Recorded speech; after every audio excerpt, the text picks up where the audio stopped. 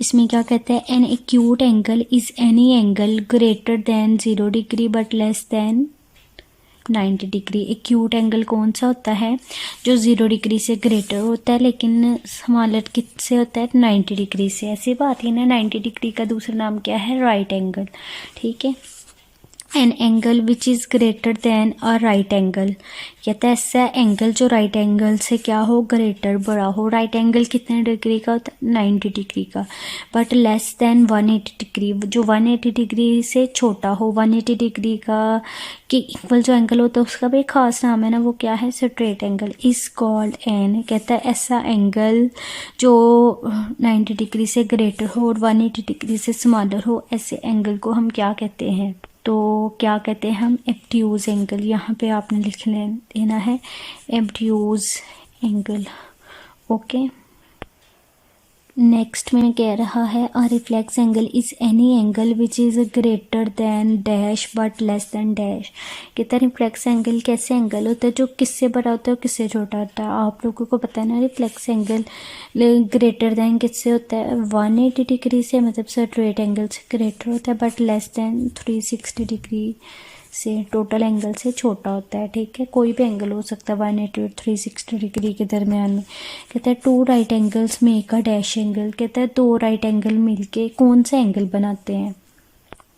तो पहले तो आपको ये पता होना चाहिए राइट एंगल कौन सा होता है, जो किसके इक्वल होता है, 90 डिग्री के इक्वल।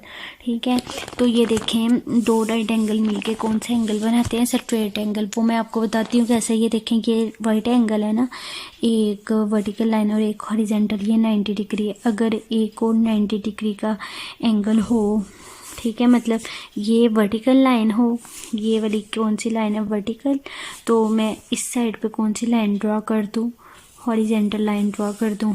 तो ये एक 90 डिग्री ये और एक 90 डिग्री ये, तो ये दो 90 डिग्री मिलके एक स्ट्रेट एंगल बन गया ना, मतलब ये वाला एंगल बन गया। अगर इनके दरमियान में लगा दूँ मैं एक लाइन, तो 90 डिग्री इधर है, 90 डिग्री इधर है, लेकिन ये दो 90 डिग्री के एंगल मिलके कितना एंगल बना देते हैं, स्ट्रेट एंगल बना देते हैं। तो यहाँ पे मैंने लिख देना है स्ट्रेट एंगल। ठीक है, अब एक और इंटरेस्टिंग चीज़ है कि टोटल एंगल कितने का होता है, 360 डिग्री का। तो कितने राइट एंगल मिलके टोटल एंगल बना देते हैं। ये देखिए, अगर मैं इस लाइन को नीचे भी कर दूँ तो ये आधा सर्कल है, तो ये पूरा सर्कल बन जाएगा। मतलब ये 90 डिग्री, ये 90 डिग्री, ये 90 डिग्री और ये 90 डिग्री, टोटल 4 90 डिग्री अगर मिले, 4 राइट एंगल मिले, तो वो टोटल एंगल भी बना देते हैं। ये मैंने आपको वैसे ही इंटरेस्टिंग इन्फॉर्मेशन बताई है। नेक्स्ट कहते हैं the arms of a right angle meet each other at, के राइट एंगल की जो आर्म्स होती हैं वो किस एंगल पे मिलती हैं। तो ये देखें, ये राइट एंगल है ना, इसकी जो एक ये आर्म होती है और एक ये आर्म, ये कितने एंगल पे मिल रही है, 90 डिग्री के एंगल पे मिल रही है ना। तो यहाँ पे हमने लिख देना है कि एक हिसाब से कि राइट एंगल होता है कितने का, 90 डिग्री। तो देखें question number 2, state whether the following are true और फॉल्स। बताएं कि ये जो नीचे स्टेटमेंट्स हैं वो ट्रू हैं या फॉल्स।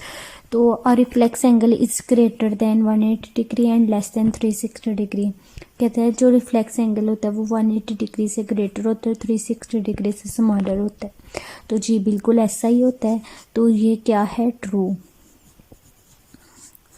क्योंकि जो लेस देन 90 डिग्री होता है वो होता है एक्यूट, जो ग्रेटर देन 90 डिग्री और लेस देन 180 डिग्री हो वो ऑब्ट्यूज, जो इक्वल टू 90 हो वो राइट, जो इक्वल टू 180 डिग्री हो वो स्ट्रेट, और जो 180 डिग्री से ग्रेटर और 360 से स्मॉलर हो वो रिफ्लेक्स। तो उसने ठीक बात लिखी है। कहता है the sum of all angles on a line add up to.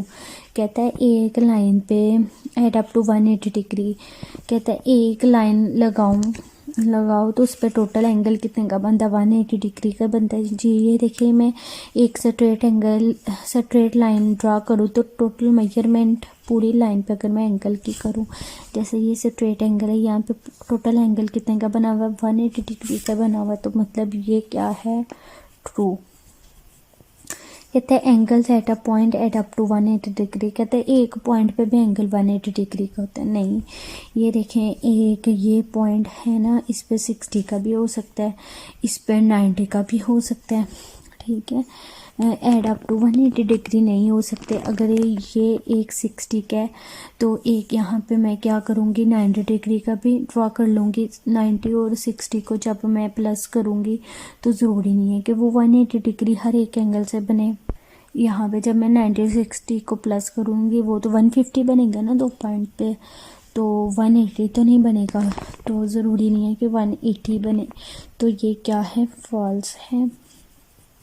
Next है the point where 2 arms of the angles meet is called the vertex. कहता है जहाँ पे 2 आर्म्स मिल के पॉइंट्स मिलते हैं उसको हम वर्टेक्स कहते हैं। ये देखें, ये आर्म है और ये आर्म है, इनके पॉइंट्स मिल रहे हैं, इनको हम वर्टेक्स कहते हैं। तो ये क्या है, ट्रू।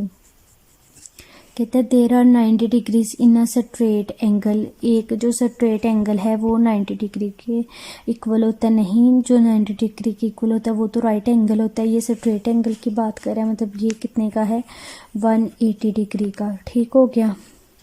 सॉरी, तो यहाँ पे मैंने 180 डिग्री लिख दिया स्ट्रेट एंगल, यहाँ पे 180 डिग्री नहीं लिखना, बल्कि आपने क्या लिखना है, ये क्या है, फॉल्स है। ठीक है, क्योंकि उसने कहा है कि ये कितने डिग्री के है, 90 के, जबकि स्ट्रेट 180 के इक्वल होता है। नेक्स्ट क्वेश्चन देखें, select the correct answer from the given options. कहता है N angle greater then 0 degree and less then 90 degree is called. जो 0 डिग्री से ग्रेटर हो, 90 डिग्री से स्मॉलर हो, उसको हम क्या कहते हैं, acute angle. An angle greater than 180 degree and less than 360 degree is called reflex angle. ये डेफिनेशन याद करवाई हुई है। कहते the magnitude of reflex angle adjacent to angle A B C is. Reflex angle को मैंने आपको इन क्वेश्चंस में भी बताया था, मैं किस में से माइनस करती थी, 360 डिग्री में से जो टर्म दी होती थी उसको माइनस करते थे। तो यहाँ से भी 360 डिग्री में से इस एंगल को माइनस करना पड़ेगा, तो फिर मेरे पास क्या आ जाएगा, रिफ्लेक्स एंगल ड्रॉ हो जाएगा। क्योंकि इंटरनल क्या होगा, कोई भी ऑब्ट्यूज एंगल या एक्यूट एंगल, और जो बाहर वाला होगा वो कौन सा होगा, रिफ्लेक्स एंगल। कहते हैं angle with magnitude 360 degree minus 252 degree is. 360 degree को मैं अगर 252 में से माइनस करूं तो ये 0 में से 2 माइनस नहीं हो सकते, यहाँ से कैरी करूँगी 5, 10 में से 2 माइनस 8, तो 5 में से 5 माइनस 0, 3 में से 2 माइनस 1, तो ये 108 डिग्री का बनेगा। तो ये 90 डिग्री से ग्रेटर है और 180 डिग्री से स्मॉलर है, मतलब ये कौन सा एंगल है, ऑब्ट्यूज एंगल। तो ये मैंने टिक कर देना है। कहते हैं the number of right angles in a straight line, और स्ट्रेट लाइन में राइट एंगल्स कितने होते हैं, 2। ये मैंने आपको लास्ट टाइम भी बताया है। ठीक है, यहीं तक है आज का हमारा लेक्चर। एक दफ़ा मैं आपको बता देती हूँ कि राइट एंगल कैसे, स्ट्रेट एंगल कैसे 2 एंगल से बनता है, ये भी बताया था ना मैंने आपको लास्ट टाइम। ये स्ट्रेट एंगल है, ये एक राइट एंगल इधर और एक राइट एंगल इधर। ओके जी, अल्लाह हाफिज़, टेक केयर।